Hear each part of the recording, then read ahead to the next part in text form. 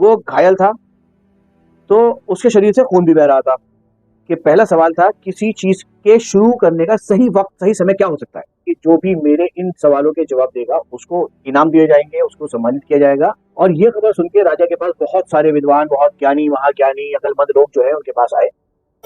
Reliable Educational Institute. Hello, खुशामदीद, स्वागत, welcome back to your channel reliable educational institute. एक बार फिर से स्वागत करते हैं आपके अपने चैनल पे। आज हम आपके लिए लेकर आए हैं एनआईओएस के 12th क्लास के इंग्लिश के चैप्टर नंबर 9, 3 क्वेश्चंस की summary, English and Hindi. Introduction. 3 questions is a short story. It is written by Leo Tolstoy 1828 to 1910। 3 questions एक लघु कहानी यानी कि एक छोटी कहानी है। ये कहानी लियो टॉल्स्टॉय के द्वारा लिखी गई है, जिनका जन्म 1828 में हुआ था और 1910 तक वो जीवित रहे। He was a Russian writer. He is regarded as one of the most famous writer. This story is about a king. He wanted to know the answer of 3 questions. Tolstoy रूस के एक लेखक थे, एक राइटर थे। उन्हें बहुत प्रसिद्ध, बहुत फेमस राइटर्स में से एक माना जाता है। ये कहानी एक राजा के बारे में है जो कि 3 सवालों के जवाब चाहता था। He asked these 3 questions to his ministers, but he could not any satisfactory answers. उसने ये 3 सवाल अपने मंत्रियों से पूछे, लेकिन उसे कोई तसल्लीबख्श, संतोषजनक जवाब नहीं मिला। Finally, the king decided to visit a famous hermit. The king went to the hermit in disgust. The hermit answered the king questions. Finally, at the end, राजा ने एक मशहूर साधु के पास जाने का फैसला किया और राजा भेष बदलकर एक साधु के पास गया। साधु ने राजा के सवालों का किस तरीके से जवाब दिया, ये कहानी इस पर है। तो ये थी समरी। आइए आपको स्टोरी की तरफ लेकर चलते हैं। Let's start the story. Once a king had 3 question in his mind. He was confident that if he knew the answers of these 3 questions, no one in the world could defeat him. These 3 questions were as: what is the right time to begin something? Second, whom should be listened to? And third, what is the most important work?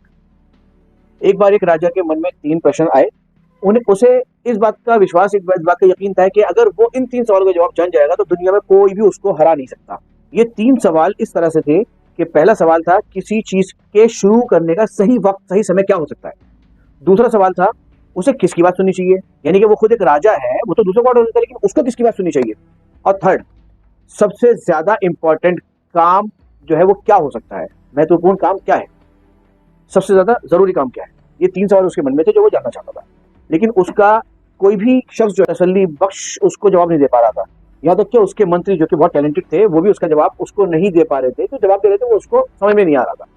The king also announced whoever answered these questions satisfactorily, he will be rewarded. Many knowledgeable men come to the king, but they did not give satisfactory answer to these questions.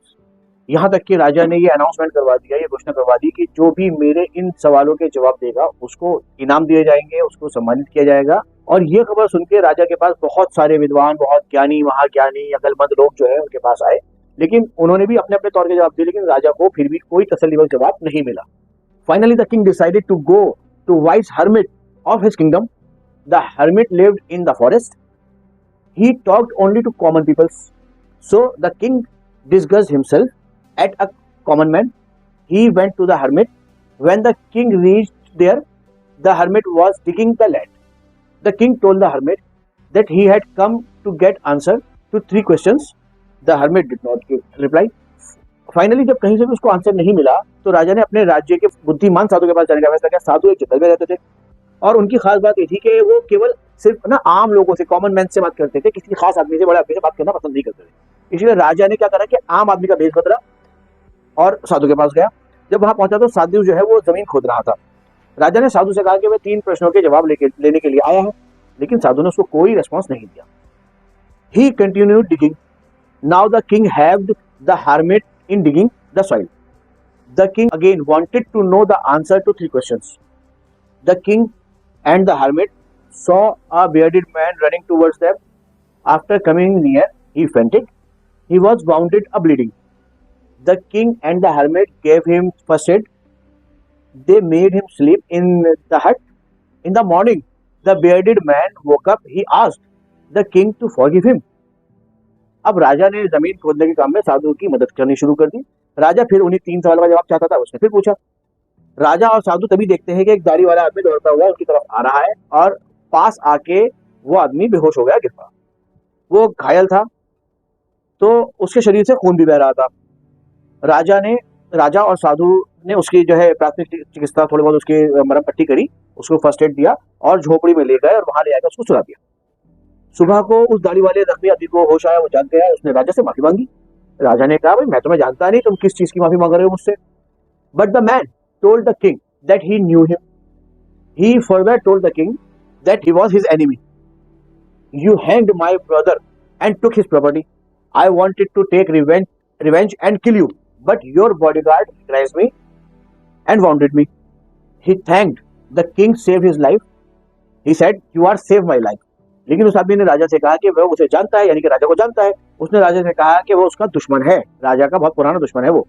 वो बोला कि तुमने मेरे भाई को फांसी दे दी और उसकी सारी जो जायदाद थी, प्रॉपर्टी थी, वो तुमने एक्वायर कर ली, हाँ, मतलब जब्त कर ली। इसी वजह से मैं तुमसे बदला लेना चाहता था, तुम्हें मारना चाहता था। लेकिन जब मैं तुम्हें मारने के लिए महल गया तो तुम्हारे ही बॉडीगार्ड ने, अंगरक्षकों ने मुझे मारने की कोशिश की, पहचान लिया और मुझे मारना चाहा। उनसे जान बचाता हुआ मैं यहाँ पे आ रहा हूँ, उनसे बचता हुआ चुपता छिपाता मैं यहाँ पहुंचा, तो आप लोगों के पास आ पड़ा और आपने ही मेरी जान बचाई, जबकि मैं आपको मारना चाहता था। इसलिए वो घायल इंसान राजा का थैंकफुल था। Now I will be your loyal slave, it will tell my sons to do the same. The king was very happy, his enemy become his friend so easily. The king promised to return the property to him. The king repeated the same question to the hermit. The hermit was outside and was sowing some seeds. The hermit told the king that he already got the answer to his questions. वो दाढ़ी वाला घायल आदमी जो था, वो जो सुबह सो के उठा था, वो बोला कि अब मैं तुम्हारा वफादार सेवक बन के रहूंगा, मैं अपने बच्चों को भी यही ऐसा ही करने के लिए कहूंगा। राजा बहुत खुश हो गया कि भाई मेरा दुश्मन इतनी आसानी से मेरा दोस्त बन गया। राजा ने उसे जो प्रॉपर्टी एक्वायर की थी उसके भाई की, वो रिटर्न करने का वादा भी किया। फिर राजा बाहर गया तो साधु के पास जाके उसने फिर तीनों सवाल फिर दोहरा दिए। वहां पे जो साधु था वो देखा उसने, तो वो जो कल जो जमीन खोदी थी उसमें आज बीज डाल रहा था जमीन में खुदाई होने के बाद। तो साधु बोला कि तुम्हें तुम्हारे प्रश्नों का उत्तर मिल गया है, जो तुम मुझसे 3 सवाल करने आए थे वो तो तुम्हें सवाल का जवाब मिल गया। The king said that he did not understand how he got the answer to his questions. The hermit said that if the king had not stayed there the previous day and gone his way, that man would have attacked the king. Because of the king's behavior, his enemy become loyal to him. Therefore the present time is the important time. The important person is the one who is with you at this moment, which the right thing is to do good for that person. राजा ने कहा कि वह समझा नहीं कि उसने उसको उसके सवाल का जवाब कैसे मिल गया। साधु ने कहा कि वह कल यहाँ उसके सवाल करने आया था, लेकिन मदद के लिए भी साथ में रुक गया। अगर वो चला जाता तो क्योंकि सवाल का जवाब तो उसको मिला नहीं था, तो साथ में रुक गया, मदद करने लग गया अपने सवाल का जवाब जानने के लिए। अगर वो वहां से चला जाता तो उसके ऊपर अटैक हो जाता, यहाँ तक कि वो मर भी सकता था, लेकिन वो मरा नहीं क्योंकि वो यहाँ रुक चुका था और उसकी मदद करने के लिए रुकने का उसको ये बेनिफिट मिला। पहला, राजा के व्यवहार से ही वो जो दुश्मन था वो ही उसका दोस्त और वफादार बन गया। इसलिए वर्तमान यानी कि करंट टाइम ही जो है वो इंपॉर्टेंट है, वही महत्वपूर्ण समय है, और इंपॉर्टेंट व्यक्ति वो है जो ऐसे समय में तुम्हारे साथ है। सही बात उस व्यक्ति की भलाई करना है। ये 3 जवाब थे जो तुम्हारी तलाश थी। यहाँ आके इस कहानी का एंड हो जाता है और समरी यहाँ पे कंप्लीट हो जाती है। आगे इसकी डिटेल मैं अपलोड कर रहा हूँ, आप पूरा इंग्लिश और हिंदी ट्रांसलेशन इसकी समझ सकते हैं, पॉज करके वीडियो का स्क्रीनशॉट ले सकते हैं, देख सकते हैं, समझ सकते हैं। इस कहानी से रिलेटेड कोई भी क्वेरी आपकी हो, कुछ समझ में ना आया हो, तो आप कमेंट कीजिए, उसका आपको रिप्लाई मिलेगा। आपको आज का वीडियो कैसा लगा, आपके लाइक आपके कमेंट बताएंगे। चैनल को हमारे सब्सक्राइब कीजिए, वीडियो को लाइक कीजिए। मिलते हैं बहुत जल्दी एक और नए वीडियो के साथ। Till then take care, see you soon, bye. Hello, welcome to your channel, the one and only reliable educational institute.